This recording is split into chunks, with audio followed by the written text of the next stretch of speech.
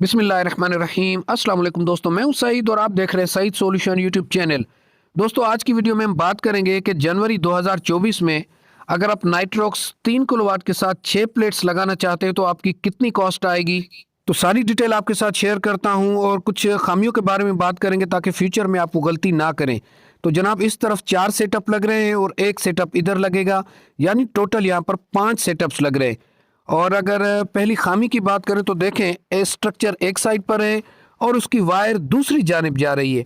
हालांकि इस स्ट्रक्चर को इस दीवार के साथ होना चाहिए था यहाँ पर, न कि इस तरफ, जिससे आपकी वायर की कॉस्ट भी बच जाती और प्रोजेक्ट में खूबसूरती भी आती। यकीनन इस तरह की खुली वायर्स फिर सारे प्रोजेक्ट का मज़ा ख़राब कर देती हैं। और दूसरे नंबर पर बात करें तो जनाब, इस स्ट्रक्चर को कलर करना चाहिए था वेल्डिंग से पहले। फिर अगर वेल्डिंग के निशानात भी आ जाते तो उनको आप बाद में टचअप कर सकते हैं। और अब बात करते हैं कि जनाब, इस पर थोड़ा सा एक्स्ट्रा खर्चा हुआ है वायर का। वजह उसकी ये है कि जो मेन डिस्ट्रीब्यूशन बॉक्स है उससे तकरीबन 10 मीटर की दूरी पर ये सोलर इन्वर्टर और बैटरीज इंस्टॉल हो रही हैं, जिस वजह से थोड़ा सा खर्चा एक्स्ट्रा आ गया। बाकी अगर जो इसका खर्चा आया है, जो कि इन चेंज ओवर्स का है या जो ब्रेकर्स का है, तो वो मैं आपके साथ शेयर कर देता हूँ। तो इस तरह पहला सेटअप है जिसको अब हम इंस्टॉल करने लगे हैं। और 3 किलोवाट के इस नाइट्रोक्स को चूज़ करने की वजह सिर्फ ये है कि बाकी सिस्टम इससे सस्ते भी है। हालांकि इसकी कॉस्ट बाकी किसी सोलर इन्वर्टर से कहीं ज़्यादा है, आप कह सकते हैं डबल है।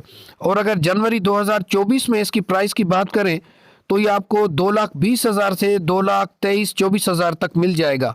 हालांकि ये 2 माह पहले का प्रोजेक्ट है, तो उस वक्त इसकी प्राइस थी 2,32,000 रुपये। और अगर इस इन्वर्टर को हम कंपेयर करें किसी और इन्वर्टर से तो यकीनन इसके फीचर्स और प्रोटेक्शंस कहीं ज़्यादा हैं। और एक और ख़ास बात कि ये मुकम्मल 5 साल वारंटी में आता है, यानी 5 साल की मुकम्मल बेफिक्री आपको इस इन्वर्टर के साथ। लेकिन दोस्तों, अगर आपके पास इतना बजट नहीं है कि आप इस इन्वर्टर को परचेज कर पाएँ, तो आप मार्केट विजिट करें। मोबाइल तो आपके पास होगा ही, तो थोड़ा सा ऑनलाइन रिसर्च कर लें, आप किसी अच्छे इन्वर्टर तक ज़रूर पहुंच जाएंगे। क्योंकि बहुत सारी कंपनीज ने 3 किलोवाट में इस तरह के इन्वर्टर्स लॉन्च किए हैं जिनकी प्राइस 80-90 हज़ार 1,10,000 तक है।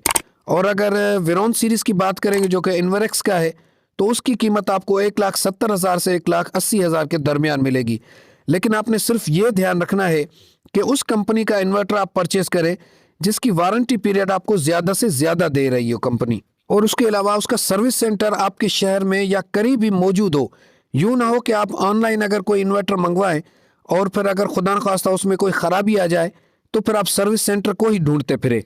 तो वैसे तो नाइट्रोक्स के आपको फीचर्स का पता ही होगा, तो इसमें भी जैन का ऑप्शन है, यानी जनरेटर इनपुट का भी है। और इसी से हम स्मार्ट लोड यानी कि एसी का लोड अलग भी ले सकते हैं। और आप उसे अगर कमांड देंगे तो वो मखसूस टाइम पर या बैटरी की कैपेसिटी पर लोड को बंद कर देगा, आपके एसी लोड को।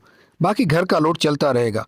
इसके अलावा जनाब, एक और अहम चीज़ कि जब आप इन्वर्टर इंस्टॉल करवाते हैं उस वक्त आप भी, अगर आप अपने डिस्ट्रीब्यूशन बॉक्स के आसपास या जो जगह आपको सोलर इन्वर्टर इंस्टॉल करवाना है, आप खुद से भी थोड़ी सी स्टडी कर लिया करें। वजह उसकी ये है कि सोलर इन्वर्टर आपने चलाना है, कारीगर जब आएगा हो सकता है कि सीज़न हो और उसने सिर्फ जल्दी जल्दी काम करके और अपने अगले प्रोजेक्ट पर जाना हो। तो आपका ये काम है कि अपने उस जगह को थोड़ा सा स्टडी करें कि आपने सोलर इन्वर्टर कहाँ लगाना है और डिस्ट्रीब्यूशन बॉक्स कहाँ आएगा और इसी तरह बैटरीज को कहाँ रखना है। क्योंकि एक दफ़ा अगर उसने रख दिया और आपको बाद में उसको चेंज करना होगा तो फिर मसला हो सकता है। जैसा कि यहाँ पर आप देख रहे हैं कि हमने ये जो डिस्ट्रीब्यूशन बॉक्स लगाया है ये हमें थोड़ा सा ऊपर लगाना था, लेकिन ये स्विच की वजह से ये नीचे लग रहा है। और अभी भी अगर आप देखें तो ये डिस्ट्रीब्यूशन बॉक्स इस इन्वर्टर से थोड़ा सा नीचे है, तो इनकी अलाइनमेंट का बहुत ज़्यादा ख्याल रखना होता है। जैसा कि अभी आप देख रहे हैं कि ये सोलर इन्वर्टर हमने इतनी हाइट पर लगाया है ताकि मैं इस डिस्प्ले को देख पाऊँ, या अगर इसकी मैं सेटिंग कर पाऊँ तो आसानी मेरी आई साइड पर ये होना चाहिए। और इसी तरह डिस्ट्रीब्यूशन बॉक्स भी आराम से मैं उसको मैनेज कर पाऊँ। और इसका नुकसान ये होगा कि अगर इन्वर्टर से बैटरीज को ज़्यादा दूर कर दिया या डिस्ट्रीब्यूशन को दूर कर दिया तो एक तो वो दिखने में भी बुरा लगेगा और दूसरे नंबर पर वायर की कॉस्ट भी बहुत ज़्यादा बढ़ जाएगी। तो आपने क्या करना है, थोड़ा सा स्टडी करके और अपनी उन जगहों को अगर आप मैनेज कर सकते हैं अपनी मर्ज़ी से तो आप कारीगर को बताएंगे। और फिर प्रॉपर डक्ट पट्टी का यूज़ करना लाजमी है ताकि सिस्टम दूर से खूबसूरत भी आपको लगे और हवादार जगह पर भी हो। मकसद कहने का है कि मैनेज करने में आपको किसी किस्म की मुश्किल का सामना ना करना पड़े। इसके अलावा दोस्तों इंतहाई अहम पॉइंट मैंने कहा मैं आपके साथ शेयर कर दूं। हमारे अक्सर कारीगर हजरात इस तरह के MC4 कनेक्टर्स को यूज़ नहीं करते। वो सोलर प्लेट्स की वायर को काटते हैं और आपस में ज्वाइंट करते हैं। आपने इस तरह नहीं होने देना। ये जो दो वायर्स आप देख रहे हैं ये नीचे जाएंगी सोलर प्लेट से प्लस और माइनस की मेन वायर। तो यहाँ पर आप देखें 3 प्लेट एक तरफ है, 3 प्लेट दूसरी तरफ है। तो तीसरी और चौथी नंबर प्लेट को जोड़ने के लिए आपको ये MC4 कनेक्टर एक जोड़ी इस तरह की लेनी पड़ेगी। ये 200 से 250 रुपये में आपको मिल जाएगी। और फिर जो दो वायर्स नीचे जाएंगी, एक ये रेड और एक ये ब्लैक, और ये वायर्स इस तरह लगते हैं इनके कनेक्टर। लेकिन यहाँ पर थोड़ा सा कन्फ्यूजन है और वो ये कि ये यहाँ पर कनेक्शन उल्टे लगेंगे। किस तरह उल्टे लगेंगे मैं आपको फॉर एग्जांपल समझाता हूँ। जैसा कि आप देख रहे हैं कि तीसरी और चौथी नंबर प्लेट को आपने जोड़ दिया और अब सिर्फ दो वायर्स या दो कनेक्टर्स रह गए ये वाले, जो कि एक राइट साइड पे माइनस का है और लेफ्ट साइड पे प्लस का है। तो ये माइनस वाला जो ये लगेगा हमारा राइट साइड पे, लेकिन इस वायर के साथ जो हम कनेक्टर लगाएंगे वो हम लगाएंगे प्लस वाला।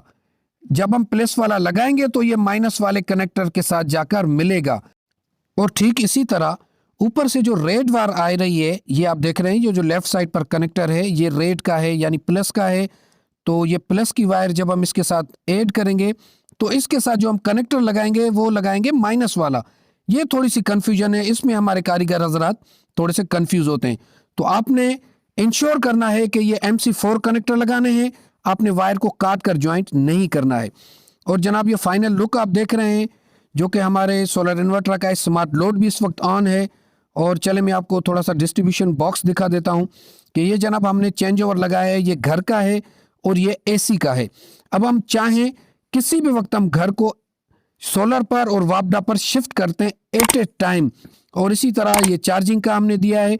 लाइट यहाँ पर आएगी, इस ब्रेकर को जब हम खोलेंगे तो वोल्ट प्रोटेक्टर से होकर हमारे इन्वर्टर में जाएगी। लेकिन यहाँ पर वोल्टेज की फ्लक्चुएशन बहुत ज़्यादा है तो हम इसे बंद रखते हैं। और इसी तरह ये होम का ब्रेकर है और ये AC का ब्रेकर है और आखिर में सोलर का ब्रेकर है जो कि इनपुट होकर के इन्वर्टर के अंदर जाता है। तो एक चार्जिंग वाला ब्रेकर हम बंद रखते हैं, बाकी तीनों ब्रेकर हम खुले रखते हैं। और मेरी कोशिश होगी कि किसी वीडियो में ये जितने भी कनेक्शंस हैं ना, एक एक कनेक्शन के बारे में आपको बताऊं कि सोलर इन्वर्टर को जब स्टार्ट किया जाता है तो कहां से स्टार्ट किया जाता है, और एंड तक मैं सारी तफसील इंशाल्लाह आपके साथ बहुत जल्द शेयर करूंगा। और अगर यहाँ बैटरीज की बात करें तो TX 2500 की हमने बैटरीज लगाई हैं। और ओवरऑल कॉस्ट की बात करें तो ये मैं मेंशन कर रहा हूँ, आप नोट कर लीजिए। इसमें एक चीज़ दोस्तों ध्यान में रखें कि ये सिर्फ जो आम तौर पर सोलर सिस्टम के लिए चीज़ें आती हैं ये वो हैं।